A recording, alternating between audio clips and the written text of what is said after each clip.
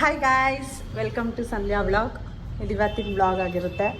Daily routine morning ಎದ್ದು ಜಿಮ್ಮಿಗೆ ಹೋಗಿದೆ. Gym ಮುಗಿಸ್ಕೊಂಡು ಮನೆಗೆ ಬಂದು ಫ್ರೆಶ್ ಅಪ್ ಎಲ್ಲ ಆಗಿ ಸಲೂನ್ ಹತ್ರ ಬಂದೆ. ಸಲೂನಲ್ಲಿ ಸ್ವಲ್ಪ ಸ್ಟೂಡೆಂಟ್ಸ್ ಎಲ್ಲ ಪ್ರಾಕ್ಟೀಸ್ ಮಾಡ್ತಾಯಿದ್ರು. ಮತ್ತು ಫ್ರೈಡೆಗೆ ಪೂಜೆಗೆ ಹೂವು ಬೇಕಾಗಿತ್ತು.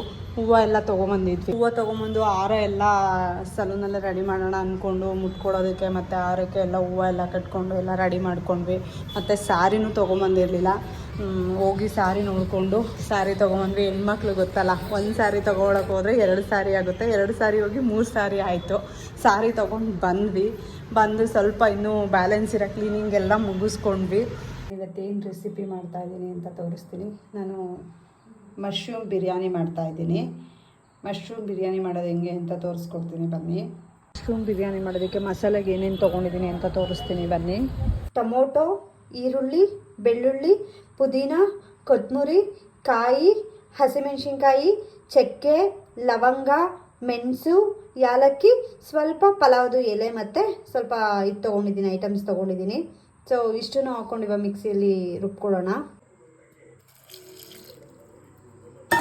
ನಾನು ಒಗ್ಗರಣೆಗಿಂತ ಮುಂಚೆ ಸ್ವಲ್ಪ ಹೊತ್ತು ಅಕ್ಕಿ ನೆನೆಸಿಟ್ಕೊಳ್ತಾ ಇದ್ದೀನಿ. ನಮಗೆ ಎಷ್ಟು ಅಕ್ಕಿ ಬೇಕೋ ಅಷ್ಟು ಹಾಕ್ಕೊಂಡಿದ್ದೀನಿ. ಸೊ ಇದು ರುಬ್ಬಿಟ್ಕೊಂಡಿರೋಂಥ ಮಸಾಲೆ, ಇದು ಮೊಸರು, ಇದು ಒಗ್ಗರಣೆಗೆ ಏನೇನು ಬೇಕೋ ತೊಗೊಂಡಿದ್ದೀನಿ. ಅಲ್ಲಿ ಮಶ್ರೂಮ್ ಕಟ್ ಮಾಡಿ ಇಟ್ಕೊಂಡಿದ್ದೀನಿ. ಬನ್ನಿ ಈಗ ಮಾಡೋದು ಹೆಂಗೆ ಅಂತ ನೋಡೋಣ. 2-3 ಸ್ಪೂನಷ್ಟು ಆಯಿಲ್ ಹಾಕ್ಕೊಂಡಿದ್ದೀನಿ. ಒಂದು 2 ಸ್ಪೂನ್ ಆಗಷ್ಟು ತುಪ್ಪ ಹಾಕ್ತಾಯಿದ್ದೀನಿ.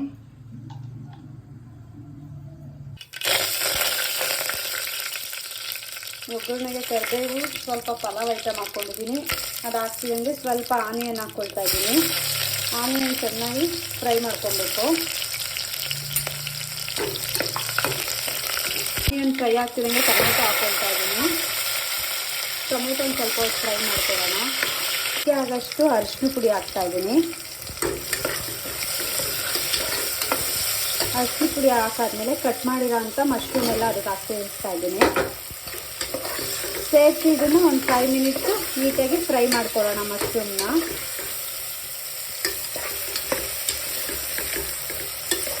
ಫ್ರೈ ಆಗ್ತಿರಂಗೆ ಅವಾಗೇ ರುಬ್ಬಿಟ್ಕೊಂಡಿರೋ ಅಂಥ ಮಸಾಲೆನ ಸೇರಿಸ್ಕೊಳ್ಳೋಣ.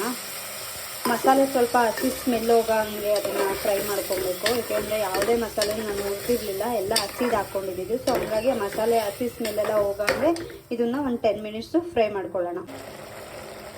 ಒಂದು 2-3 ಸ್ಪೂನ್ ಆಗಷ್ಟು ಮೊಸರು ಸೇರಿಸ್ಕೊಂಡೆ. ಇವಾಗ ಇದನ್ನು ಚೆನ್ನಾಗಿ ಮಿಕ್ಸ್ ಮಾಡೋಣ. ಇವಾಗ ನಾನು ಇದಕ್ಕೆ 1 ಸ್ಪೂನ್ ಧನಿಯಾ ಪೌಡರ್ ಸೇರಿಸ್ಕೊಳ್ತಾ ಇದ್ದೀನಿ.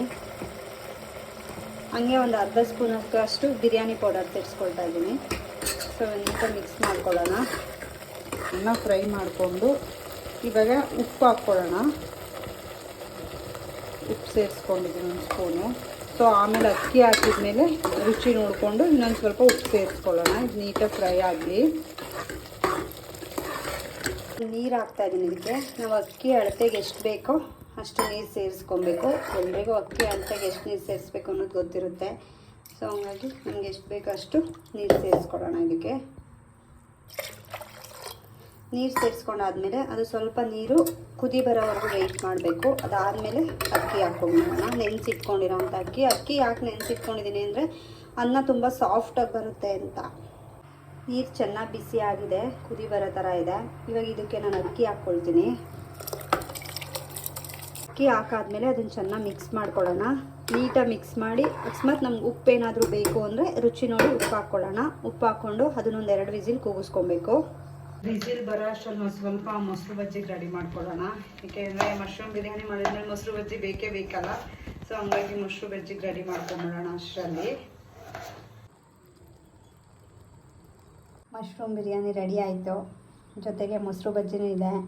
ನಿಜ ತುಂಬ ಟೇಸ್ಟಿಯಾಗಿದೆ.